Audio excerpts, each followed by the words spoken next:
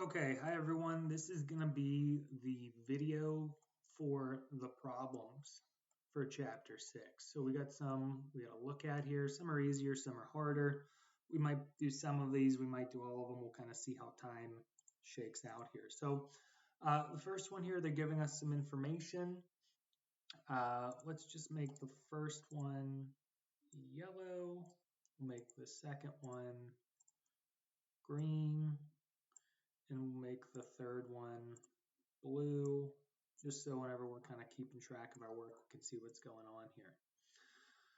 All right, so it looks like on July 1st, a real estate developer sold a parcel of land to a construction company for $3 million. Right, so here you go. Here's the land. It says the book value of the land was 1.2. Terms of the sale were a down payment of 150 and then 19 payments of 150 plus interest, right, beginning in July of next year.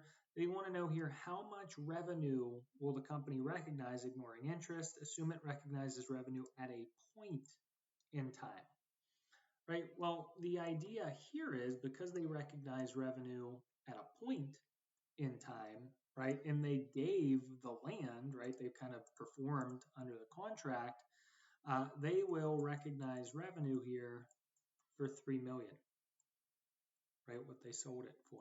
Nothing too hard there. How about 6.2 here? It says we have a construction company. It looks like they're building a building, right? Under the agreement, if for any reason they can't complete it, it looks like the customer here would partially own the completing building and they could hire someone else to finish it. It says, when should we recognize the revenue? As it's constructed or after completion? Well, the answer here is it's going to be as it's constructed. The reason for this is really, and what the textbook says here is a performance obligation is satisfied over time, right? Over time. If a couple different things. One, the customer consumes the benefit of the seller's work as it's performed. Two, the customer controls the asset as it's created. Or three, the seller is creating an asset that has no alternative use to the seller, and the seller can receive payment for its progress even if the customer cancels the contract. Here, essentially what's going on is we're meeting criteria 2, right? So you can look at the textbook or in the PowerPoint for the slide, but really the customer is controlling it as we make it, right? They partially own it. So we can recognize the revenue over time there. Continuing with this, let's see what's going on here.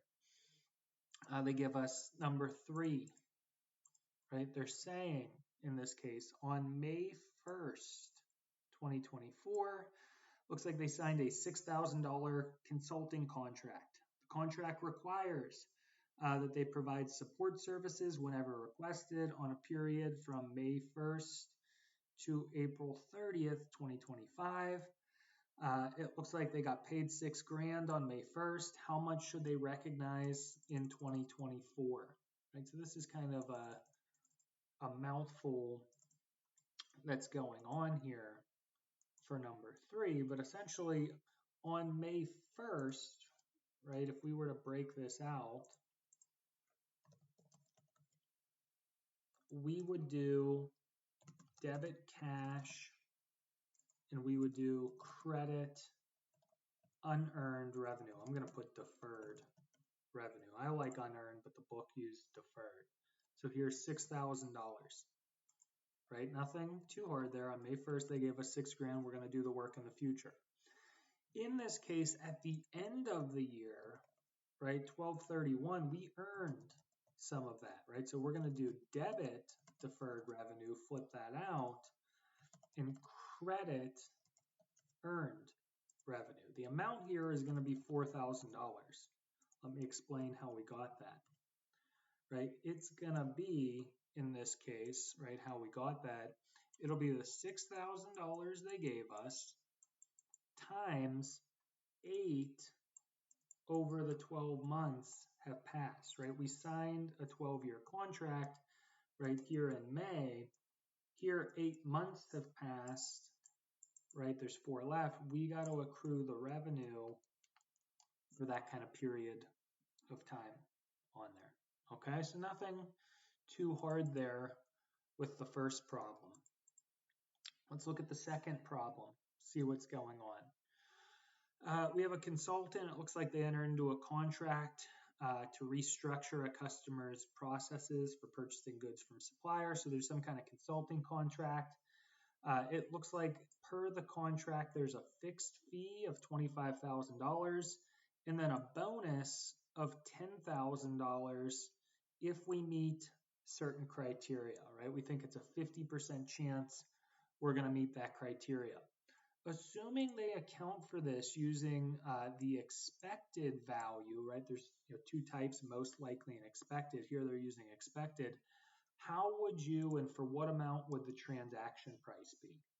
Okay, so what's going on in this case is, right, we're going to get, let's see here, 2 possible outcomes under the expected value, right? We're either going to get 35 grand, right? We get both, right? The 25 and the 10. And there is, right, so that's the 25 plus the 10. And there's a 50% chance we get that, right? So that's 17.5. Well, if there's a 50% chance we get that, then there's only a 50% chance we're going to get just the flat amount, right? The 12.5. Add those together, right? 30 grand is going to be the expected contract price, right? The transaction price for it under the expected value on there. They then have a different fact set here. It says on January 1st, it looks like they enter into a 1-year contract to provide investment advisory services. There is a management fee prepaid at the beginning. It's 1% of the 150 million of the assets being managed, right? So there's a flat fee up front here. That's going to be 1.5 million, right? In other words, 1% of 150 million. And then on top of that, it looks like there's a bonus, in this case, a potential bonus of 20%. And when you calculate, you put the numbers on it, right? There's a $2 million bonus, right? So there's a potential bonus of 2 million, right? If we meet certain criteria.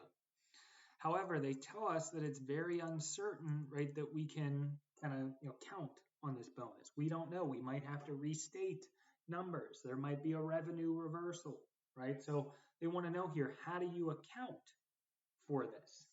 Right? Well, the idea in this case is because it's so uncertain, right, we are going to ignore the bonus. The only revenue we're going to accrue kind of as we earn it is that flat fee, right? If it wasn't uncertain, right, if it was probable we knew what we were doing, then we could potentially account for that bonus, right? We kind of accrue it as we went along, and then we would, if we got it, that's great. If not, we'd adjust for it.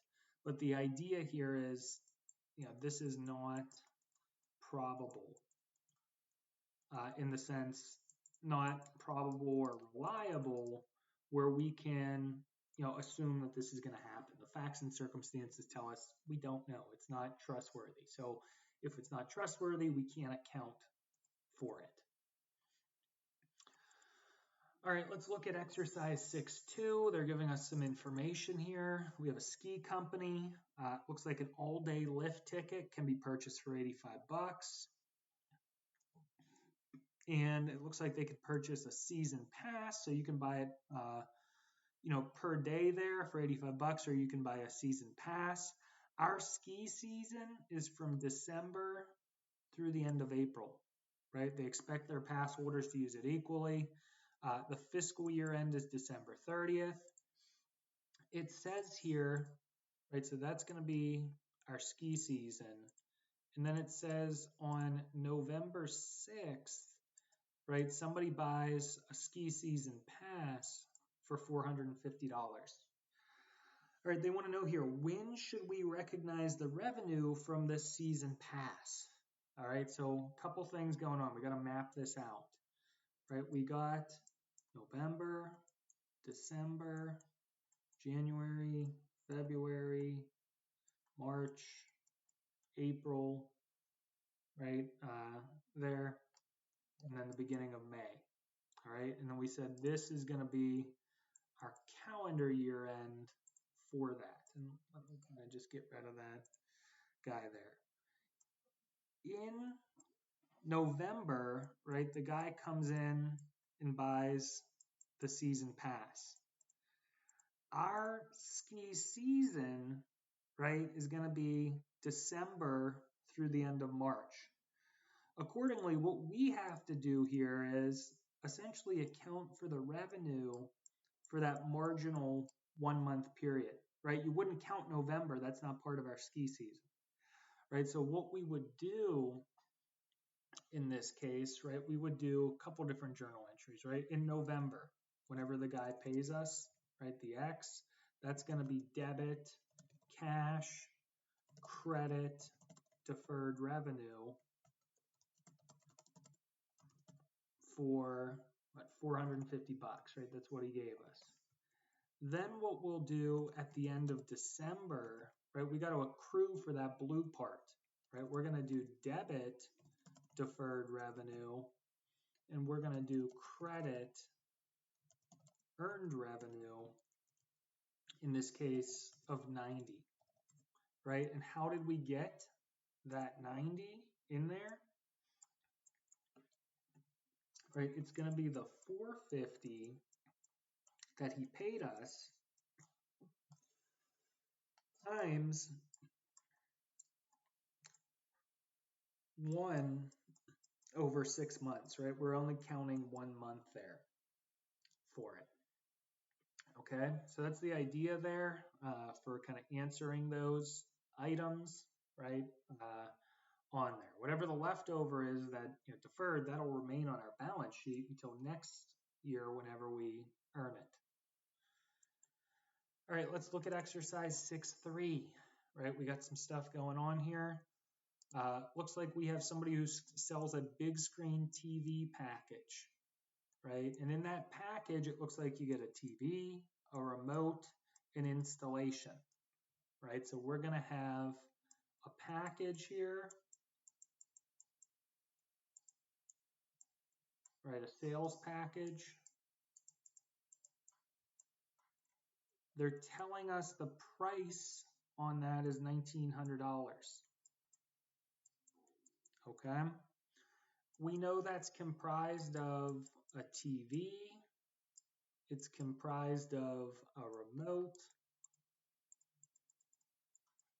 And it's comprised of like an install, right? Our guys are going to come and install the TV. The question becomes, right, how do we kind of deal for this? How much revenue would be allocated? How much are we going to send down to each of those, right? So in order to figure out the percentage here, we got to look at the standalone prices, right? What are the standalone prices for each of these guys, right? So they tell us the TV, right, is going to be, so the TV, it's going to be $1,700, right? They give us right here, the remote 100 and the service is 200. Right, so we got the remote of 100, and then we got the install there of 200. Okay, what we're going to do is for each of these, take essentially the standalone price, 1,700, divided by the combo of those three, right? The 1,700 plus the 100 plus the 200, right? So it would be like over 2,000, right? That's going to give us 85%, right? So we can say based on the standalone price, we can do 85% here to the TV, 19 times 85%, right? We're going to allocate 1615 to the TV, right? You would repeat the same process for the remote, right? You take 100 divided by 2,000, right? That's going to get you 5%. You'll do the same for the install, 200 divided by 2,000, right? That's going to give you 10%, right? So we got 5%, 10%. We're looking at this case then of $95 and 190, right? So that's kind of how we would break that out there, right? We have a package deal. We need to know how to allocate it. We got to phone a friend to the standalone prices. We know the standalone prices. We just do kind of the relative standalone price to the total standalone prices. That gets us the percentage.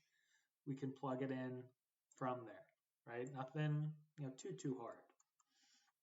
Let's build on that, right? Let's see what else is going on here.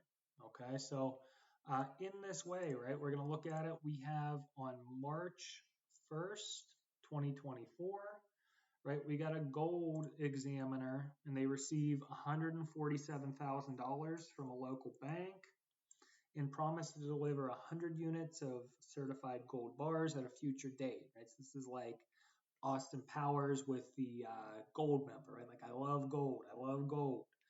So the contract here states that ownership passes to the bank when the gold examiner delivers the products to Brinks, a third party.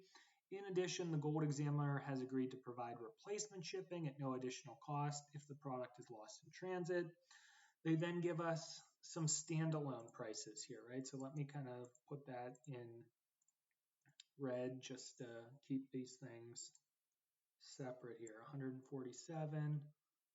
They promised to deliver 100 units. And then we're looking at some of the standalone prices, right? So the standalone price for a gold bar, right? I love gold, P1440. Then the standalone price of the replacement insurance is $60 per unit, right? So we kind of have two items here, insurance and gold on it. They then tell us it looks like Brinks picked them up on March 30th. So they hand it over on March 30th. They then have some information here, right? They have 4 questions.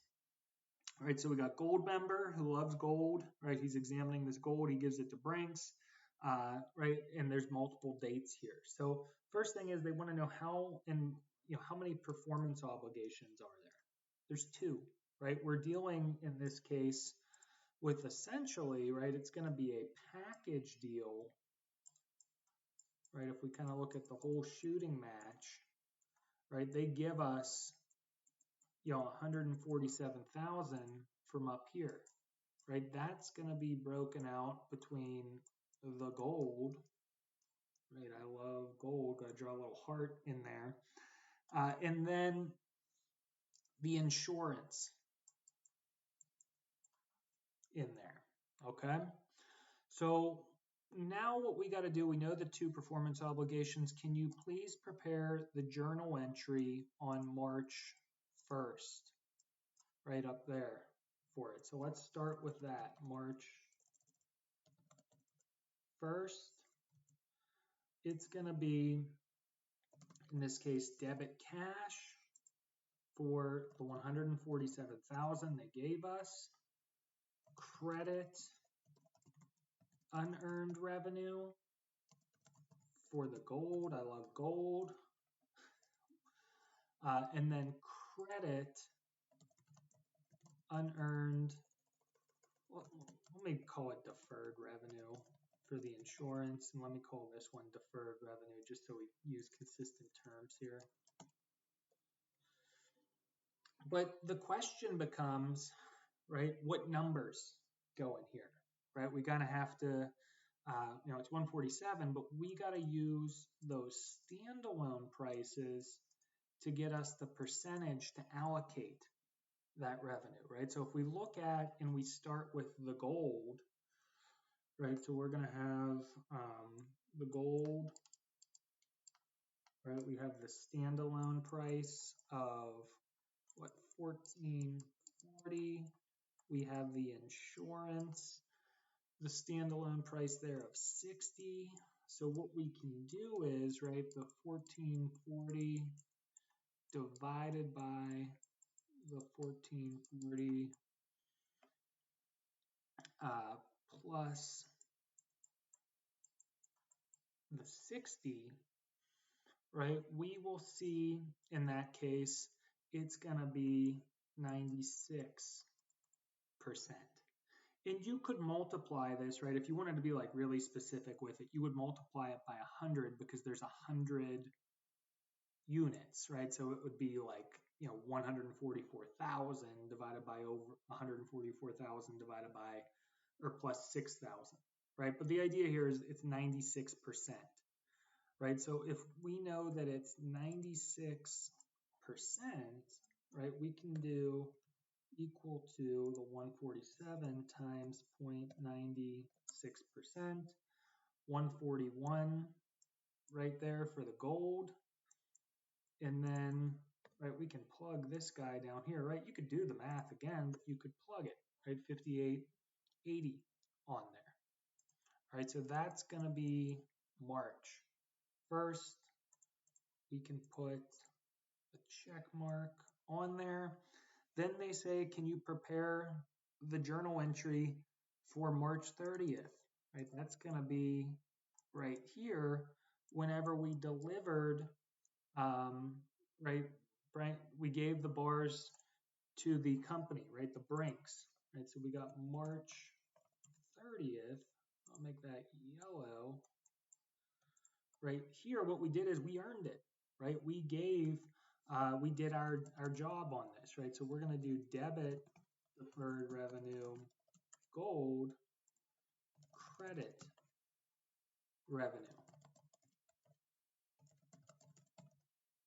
right? And that'll be for, the amount we teed up there, right? So we earned the gold, right? We love the gold, right? We're a gold member here.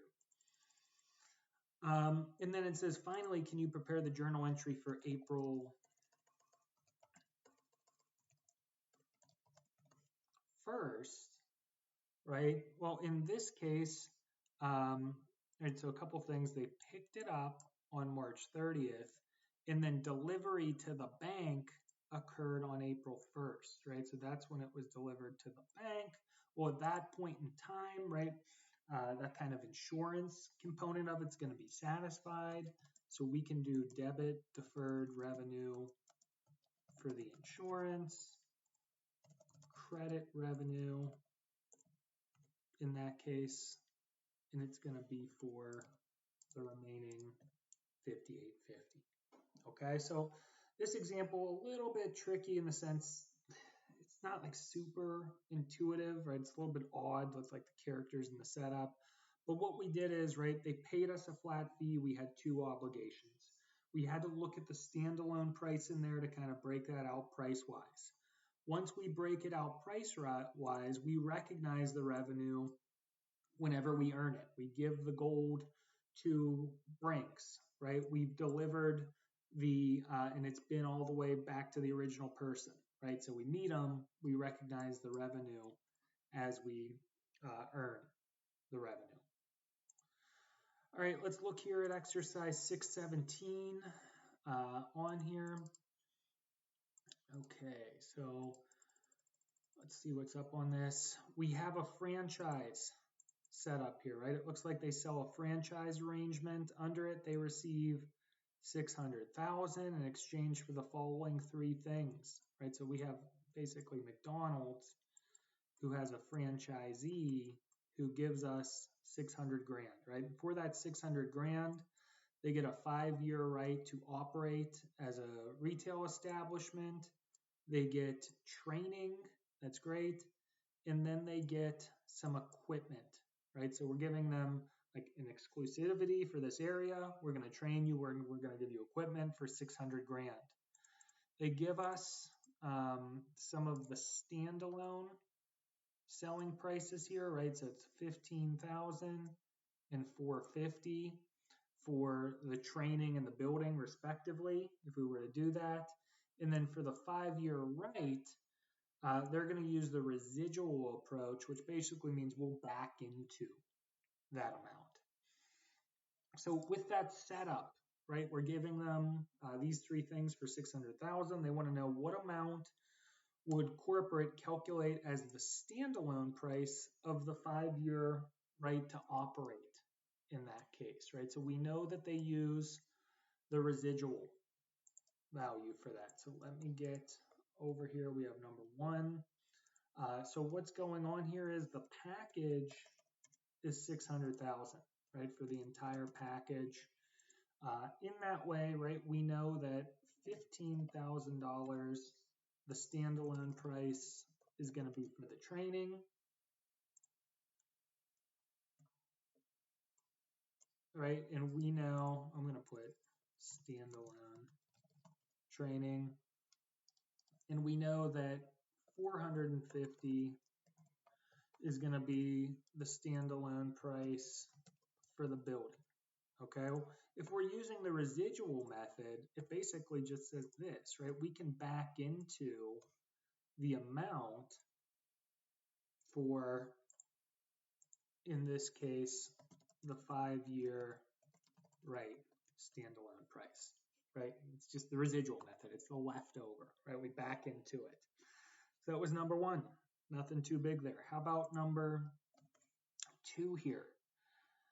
They're saying, can you please tell us the journal entry to record on July 1st, 2024 to reflect the sale of the franchise, right? So based on the facts, if we look at it, right, so it says, okay, on July 1st, they received $75,000 in cash, right? So there was some cash and there was a note receivable for the rest, right? It looks like Monitor will construct and equip the building and train them by September 1st. Right, so here we are in July, we get the cash, but we're only going to kind of earn that, right? Give them the pizza or do the training later on, right? And it says it's 5 years right to operate. Will commence on September 1st as well.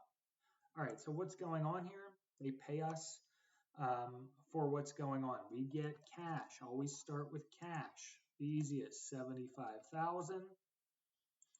Then we got the note receivable for the remainder, right? 575. And then we're going to have deferred revenue, unearned revenue for 600,000, right? Because they're giving us the money up front over here, but we're not actually doing any of these three things until later on. Then they say, okay, right, here you are at the end of the year, right? Can you please tell us how much revenue you would recognize then? Because you have done some of those things, right? So we need to kind of look at what we have done in here for it. And in this way, right, give me a second here. Let me kind of zoom in above, right? On 9/1, right, up here, September 1st, right, we give to them, right, we do the training, right, and we also do the building for them, right? It says Monitor will construct the building and train them by September 1st, right? So up to by 9/1, at least we have those. That's some revenue that we could recognize. And then, so if we add those two together, right, the 15 plus the 450, right, that's going to be the first component of revenue for it.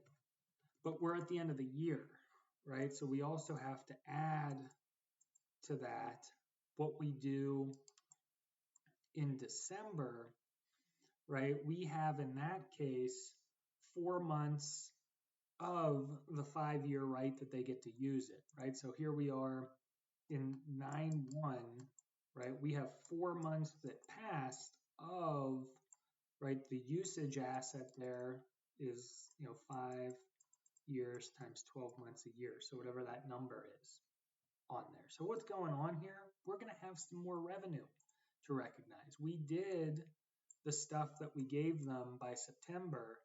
Now we're doing the marginal revenue from September until the end of the year, right? And that's going to be $9,000. I'll show you how we got that in a second here, but that's going to be for 4 months of the 5-year right to use. Right, so what that means, what we did here was we took the 135,000,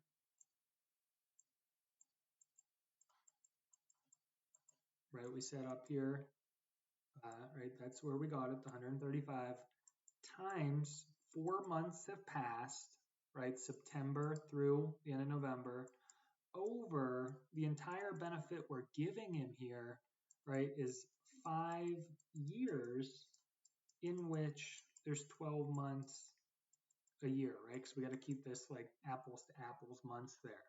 That's how we got the 9,000. Accordingly, our total revenue for the year, right, will be the 465 plus the 9, right? That's kind of how, we would recognize that there. Let's look at exercise 619, and then we can button this guy up here. All right, so they're giving us some information on here. They're saying it looks like they have a customer. It looks like Aya contracted to provide a customer with internet infrastructure. So we're building something for $2 million, right? That's going to be K, the contract price. It began in 2024 and we completed it in 2025. That's great. They want us to they give us some information, costs incurred during the year, estimated cost to complete as of the end of that year, right? So you got to kind of keep that eyeball. We could just focus on the year, billings and collections. All right. They want to, for number 1, they say, can you please compute the amount of revenue and gross profit or loss to be recognized in 2024 and 2025? Assume they recognize revenue over time, right? So here they're saying percentage completion. Okay, so what we got to do here, right? We'll start with, and we're working on number 1, right? We're going to start with and look at 2024. Okay, and how we will do this is, right, we're trying to figure out the revenue and we're trying to figure out the gross profit. So with the revenue, right, we kind of have that 4-step process, right? It's going to be step 1, find the contract price. Step 2, it's going to be the cost to date over the total estimated cost. Step 3, which will be 1 times 2. Step 4, which will be step 3 minus any previous revenue that you recognized. Okay. Here we're going to combine these just to save some time on it, right? So we're going to have the $2 million contract price times, in this case, right, our cost to date at the end of year 1 were $300,000, and our total estimated costs, right, are going to be the 3 that we have into it plus the 1.2 we still think we have in that, right? So it's going to be 1.5 million, right? So that's going to give us, in that case, 400 in revenue for year 1, right? How about and what we will do here is, right, we will keep track of a couple different things, right? So let's start with the journal entries, right? Remember we said there's 5 journal entries, right? The first one we said was to record construction in progress, right? So we're going to do debit, right? We're going to use the information over here, right? We'll do debit CIP here. It's kind of like, a WIP account. We're going to do credit cash, right? It'll be for 300. Let me just make sure that number's right. Yep, 300,000. That's great. 2 is we got to do billings, right? If we do billings, right, it's going to be debit account receivable, credit billings, right? We said that's kind of a contra account. That's going to be for 380,000. Okay. Journal entry 3, we got to do our cash collections, right? It'll be debit cash, credit account receivable. That's 250 from what they gave us. That's great. Now we can do journal entry 4, right? And this is going to be for 2024, right? It's going to be credit revenue of 400. And then we're going to do debit CIP, debit construction expense, right? The construction expense here, if we go over, right, that's going to be the 300,000. Accordingly, our CIP or our gross profit, right, is going to be 100, right? So for 2024, we're going to have $400 of revenue. We snag the construction expense over there. We can plug the CIP for 100, right? That's going to be the gross profit whenever they say they're the revenue and the gross profit. For 2025, right, if we were to kind of map that out again, right, so let me put 2025 here, and I'll make that a different shade just to kind of keep it going here. So we would do, I'm just nabbing the numbers, right, it's going to be the 2 million contract price, so it's an M, times, right, it changes this time, right, we're looking at the eyeballs in year 2, it's going to be cost to date 1.575 over, in that way, right, the 1.575. In other words, we're like fully done at this point. So it's 2 million. Then you back out the 400, right, that we previously recognized. Right, once you do that, the full shooting match, right, step 4, up here we didn't have to do step 4 because that was the first year, right, we will have 1.6 in revenue, right, so for year 2, we'll do debit, CIP, debit, construction expense, credit revenue of 1.6 million, right, that we got from up here. The construction expense, right, if we were to kind of nab that from over there, so let's see what that was in year 2.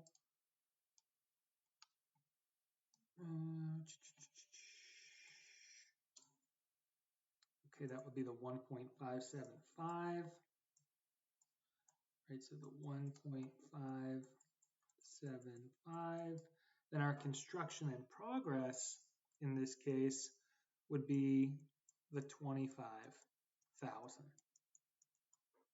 Just you could plug it in, that's going to represent the gross profit there, right? So it's like we got the construction in progress, we got the revenue, and then we can make the expense there at 3 and 1.575. Okay, so that's kind of doing, that amount. For 2, they're saying, how does this work if it does not qualify over the revenue recognition periods? In other words, we're doing the completed contract, right? Well, for the completed contract, right, we'll have 2024. In that case, right, there's going to be $0 of revenue recognized. We didn't complete it yet. We don't complete it until the end of year 2. In 2025, right, year 2, essentially what we'll have here is, right, we'll have the 2 million minus the 1.875, right? That's going to get you 125 grand, right? For the CIP, right? So that'll be the the revenue there, the expense, in the CIP. It's basically just, that guy right there is these 2 journal entries combined for it.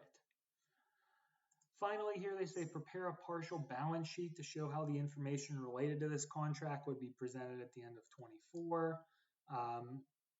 And they do that again for both percentage of completion and completed contract, right? So if we go over here,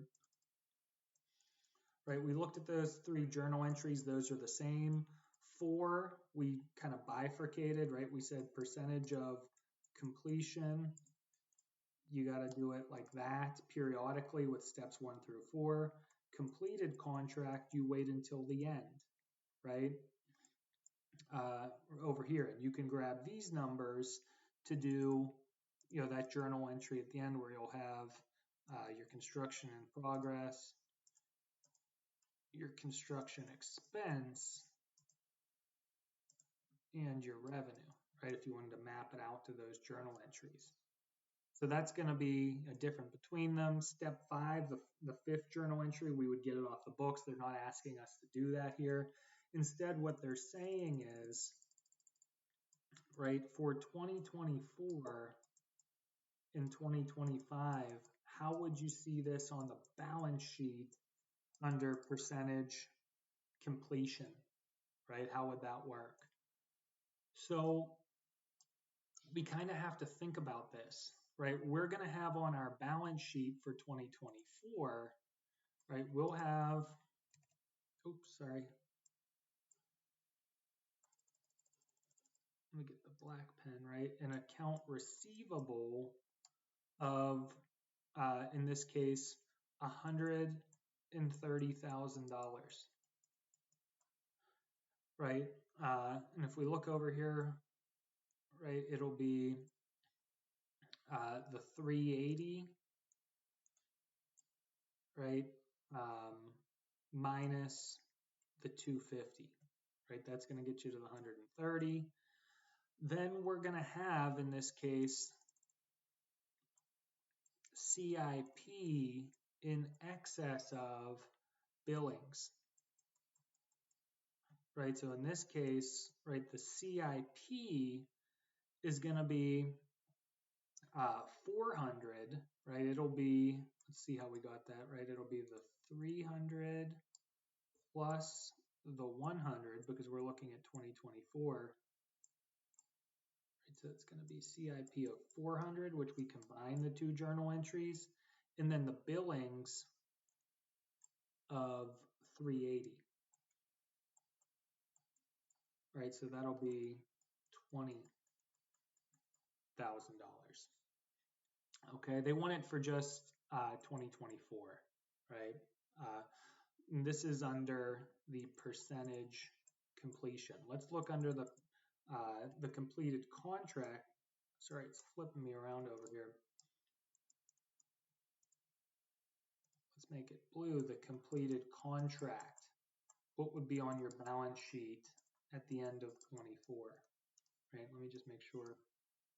Yeah, they just want 24. They don't want 25 as well. Well, in this case, right, you got to realize we don't do, and like that one journal entry in there, we don't do it till the very end. So we're still going to have accounts receivable of 130, right? Because journal entries 1, 2, and 3 are the same between each method on there. And in this way, right, we're going to have, and that's basically all we can draw from are these 3 journal entries, right? So our CIP is going to be 300, but our billings are going to be 380, right? So we will have, in this case, right, billings of 380 in excess of CIP of 300, right? So that's going to be $80,000 on it. So with that, it's a little bit tricky, nothing impossible, but break it down one step at a time, you'll be able to do it.